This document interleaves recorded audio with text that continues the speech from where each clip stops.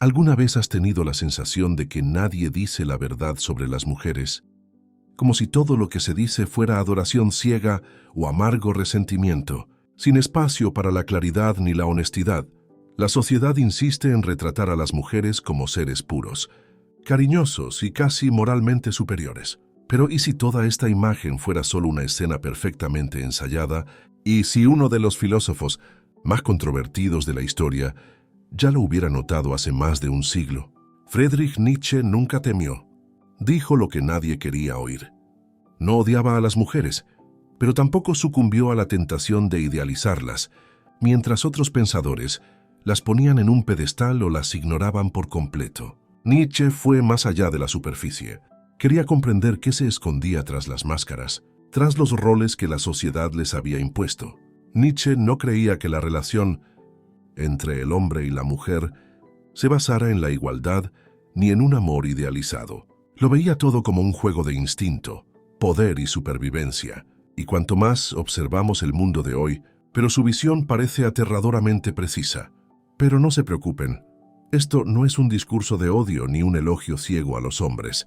Es una invitación a mirar más profundamente, a confrontar las fuerzas silenciosas que operan en la dinámica entre los sexos. Nietzsche no vino a traer respuestas convenientes ni envuelto en ternura. Vino con un espejo que lo muestra todo sin filtro. Y si ya están hartos de tantas mentiras, si realmente quieren mirar más allá de las fantasías románticas y comprender qué es lo que realmente está en juego, entonces quédense conmigo, porque una vez que comprendan cómo Nietzsche veía a las mujeres, ya no podrán ver el poder del amor ni la identidad de la misma manera.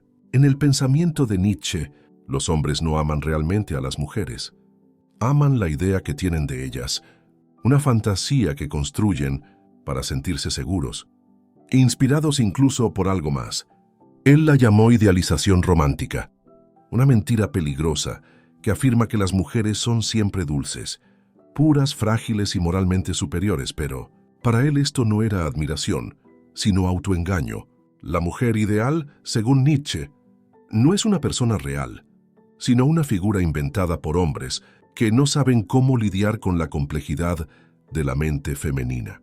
En lugar de afrontar esta complejidad, los hombres transformaron a las mujeres en símbolos de la virtud de la belleza y la redención emocional, privándolas así de su autonomía y convirtiéndolas en personajes secundarios de sus propios dramas emocionales. Nietzsche consideraba esto cobardía. Los hombres se mienten a sí mismos porque no soportan la verdad cruda y directa sobre las mujeres, que son instintivas, estratégicas y movidas por un poder diferente, que no son ni mejores ni peores, que simplemente son diferentes, misteriosas no porque sean incomprensibles, sino porque los hombres prefieren no intentar comprenderlas, prefieren mantener la ilusión que ellos mismos han creado antes que afrontar la realidad.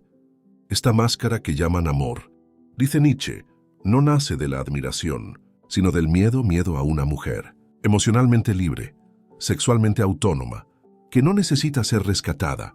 Así que los hombres disfrazan este miedo de romance y se engañan a sí mismos, hasta que la realidad llama a su puerta, cuando la fantasía se hace añicos y aparece la verdadera mujer.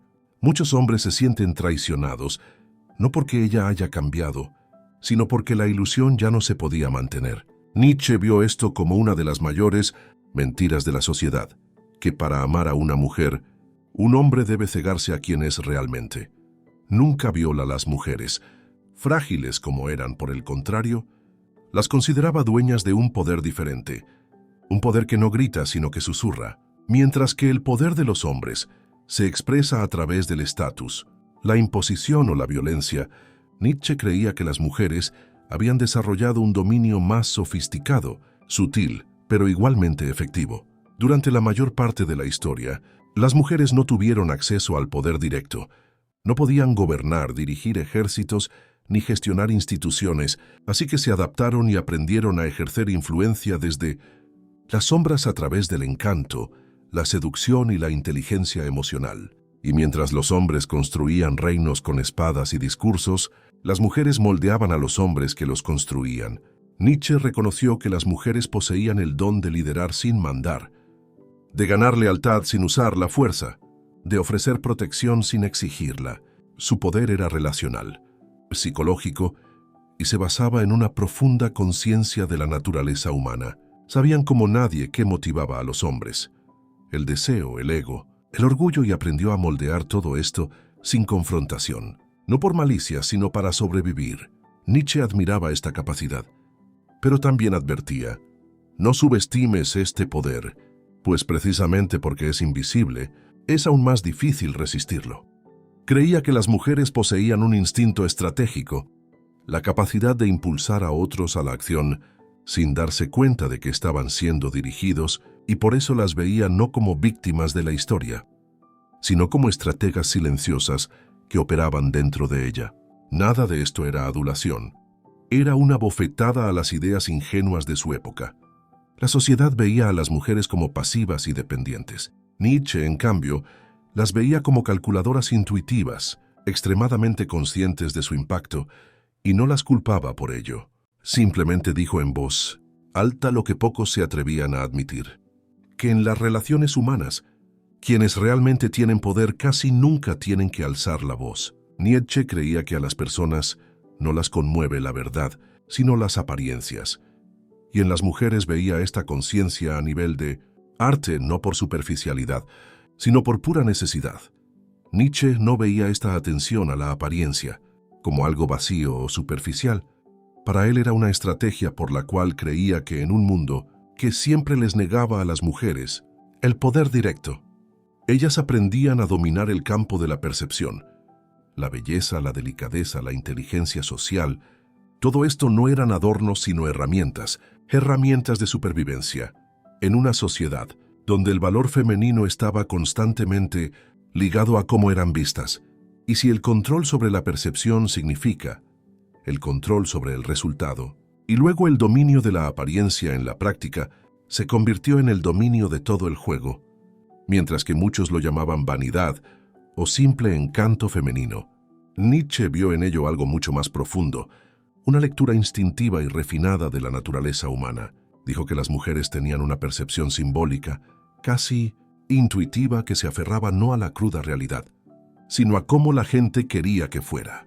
Por lo tanto, sabían instintivamente que nadie se enamora de lo real, sino de lo que es. Eso ciertamente parece hermoso, deseable al dar forma a la manera en que eran percibidos. No solo respondieron al mundo, lo moldearon, y aquí Nietzsche va aún más profundo para él. La verdad en las relaciones humanas nunca es simple, porque en un mundo donde lo que parece es más importante que lo que es, la voluntad de aparecer se vuelve tan, o incluso más poderosa que la voluntad de ser. Las mujeres que vivieron fuera del poder institucional durante siglos eventualmente perfeccionaron este talento para dominar la superficie. Y Nietzsche vio esto como una especie de genio silencioso, una especie de maestría reconocida por pocos, pero que controla casi todo lo que subyace. No lo llamó falsedad en absoluto. Admiraba esta capacidad de navegar en un mundo hostil, donde la supervivencia no requería armas, sino un disfraz de presencia, mientras que muchos hombres confundían apariencia con esencia. Nietzsche vio que las mujeres distinguían estas dos cosas con precisión quirúrgica. Sabían que la máscara no era el rostro, pero también sabían que la máscara era importante, y muy importante. Para Nietzsche, la forma en que las mujeres se presentan al mundo no es un mero acto de vanidad, sino una estrategia, gracia, encanto, dulzura, intuición. Nada de esto es mero adorno. Es un escudo, una espada. Es una forma de actuar en un juego en el que siempre estaban en desventaja. Consideraba esta sensibilidad social, este predominio de lo simbólico, como resultado de siglos de exclusión. Las mujeres estaban aprendiendo a jugar al ajedrez emocional en un tablero que nunca era justo, y para él esto tenía menos que ver con la feminidad y más aún con la supervivencia, un instinto agudizado para no engañar, pero también para no dejarse absorber por un sistema que siempre lo relegaba a un segundo plano. Nietzsche también vio que este poder silencioso se encubría de virtud, y aquí toca un punto delicado. Creía que la moral femenina no era algo neutral, universal o divino, sino una adaptación, un mecanismo creado para asegurar espacio, protección e influencia en un mundo que había cedido el poder puro a los hombres. Las mujeres aprendieron entonces a transformarse. La paciencia, la humildad y el sacrificio eran virtudes valoradas, y de esto surgió una narrativa en la que su vulnerabilidad era su grandeza, no porque fuera intrínsecamente cierta, sino porque era estratégicamente efectiva. Nietzsche no veía esto como una mentira, sino como inteligencia, una forma de subversión sutil, una manera de doblegar las estructuras sin confrontarlas directamente. Nietzsche creía que las mujeres habían aprendido a moralizar su propia debilidad, no a fingir superioridad, sino a sobrevivir con dignidad. Al hacerlo, crearon un poder, escondido en una imagen de dulzura y sociedad, tratando desesperadamente de mantener algún sentido de orden. Aceptaba esta representación como si fuera naturaleza, como si fuera pureza. Pero para Nietzsche, detrás de toda esta teatralidad, existía el instinto de autoconservación, el instinto de control. Y cuando las mujeres hablaban de justicia, escuchaba cálculo. Cuando apelaban a la moral, veía estrategia no por malicia, sino por necesidad. La postura moral, en su opinión, nunca era neutral. Era un acto, era un arma. Sobre todo para las mujeres, fueron moldeadas por siglos de dependencia. Nietzsche creía que aprendieron a luchar con el silencio, con las emociones, con los valores, con una moral que desarmaba a los demás sin siquiera mostrar una espada.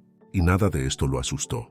Le fascinó porque vio en ello no sumisión, sino una resistencia encubierta. Nietzsche vivió en una época en la que se esperaba que las mujeres fueran pasivas, obedientes y confinadas a los roles domésticos, pero aún así vio venir la tormenta.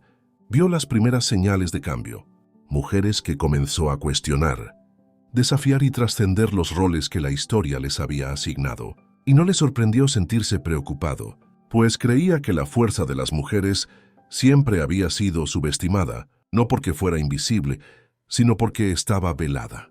Su poder era sutil, indirecto, envuelto en suavidad. Pero ¿qué sucede cuando ese poder ya no está oculto?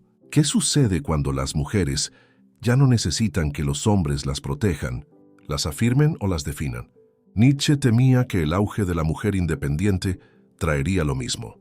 Los cimientos de la sociedad, no porque pensara que las mujeres fueran incapaces, sino porque creía que la mayoría de los hombres no estaban preparados. El hombre promedio, criado para sentirse superior por naturaleza, se sentiría profundamente amenazado por una mujer que ya no necesitara su fuerza, sus ingresos ni su aprobación, y esa amenaza se manifestaría no como respeto, sino como resentimiento. Esto no era misoginia, sino previsión. Nietzsche sabía que una mujer liberada de la dependencia ya no se convierte en una fuerza de la naturaleza. No se limita a la manipulación emocional ni a la superioridad moral. Se vuelve directa, asertiva, inflexible, se convierte en una persona que se define a sí misma. Y este tipo de mujer, creía Nietzsche, aterrorizaba un mundo construido sobre ilusiones reconfortantes. Escribió esto no para celebrar ni para condenar, sino como una advertencia. El futuro no estaría marcado por el equilibrio, sino por la disrupción. La llegada de la mujer independiente no traería armonía, sino más bien provocaría conflicto, confusión y una dolorosa redefinición de la identidad. Para ambos sexos, porque cuando las mujeres dejan de pedir permiso, el viejo mundo pierde el control. Y para Nietzsche, esto era inevitable e irreversible.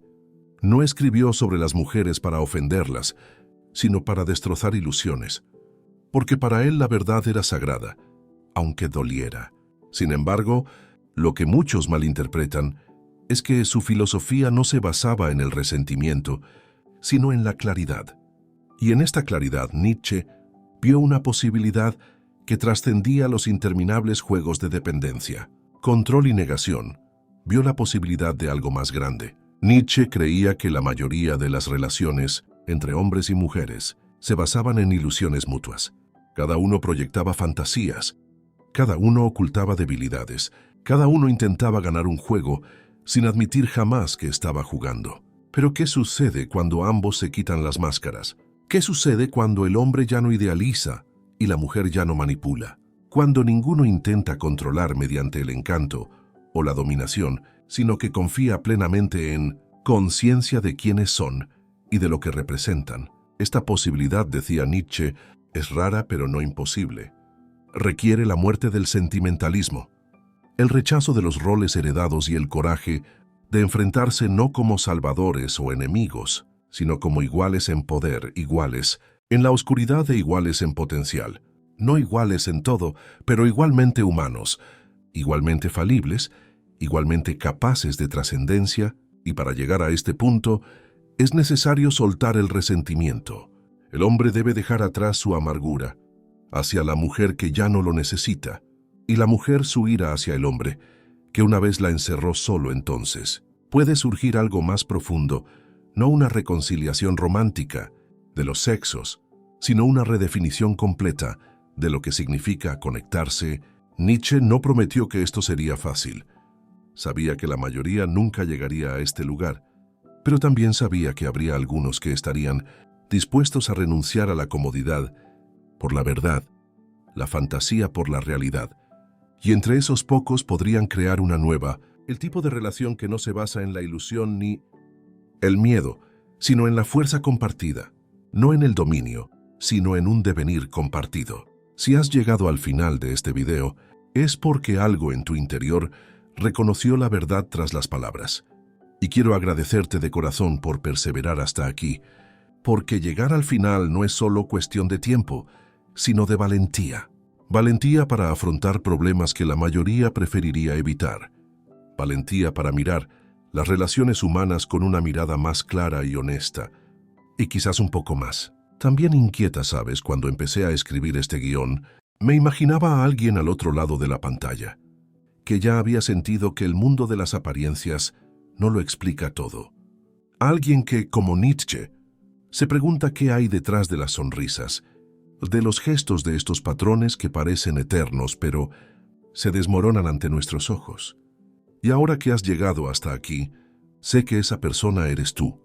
Y antes de que te vayas, déjame decirte algo rápidamente. Crecí creyendo que el amor es como en las películas, mágicamente armoniosamente determinada. Pero solo después de muchas frustraciones, comprendí que el amor verdadero comienza cuando nos quitamos la máscara. Y eso es exactamente lo que intento hacer aquí en cada video. Abrir un espacio para hablar de sentimientos, poder e identidad con profundidad y sin miedo. Así que, si tú también sientes que necesitas más conversaciones como esta, más verdad, más filosofía, más provocaciones que hagan girar la mente y latir el corazón de otra manera, aprovecha este momento, suscríbete al canal, dale a me gusta y cuéntame en los comentarios qué parte de este video te hizo reflexionar más, qué verdad te impactó profundamente. Tu comentario puede ser el punto de partida para nuestra próxima reflexión. Y quién sabe, quizás inspire a alguien más que ya esté cansado de las mismas historias de siempre. Si este video te conmovió, hay más esperándote. Simplemente haz clic en uno de los videos que aparecen aquí en la pantalla. Nos vemos en 5 segundos y gracias de nuevo por llegar hasta aquí.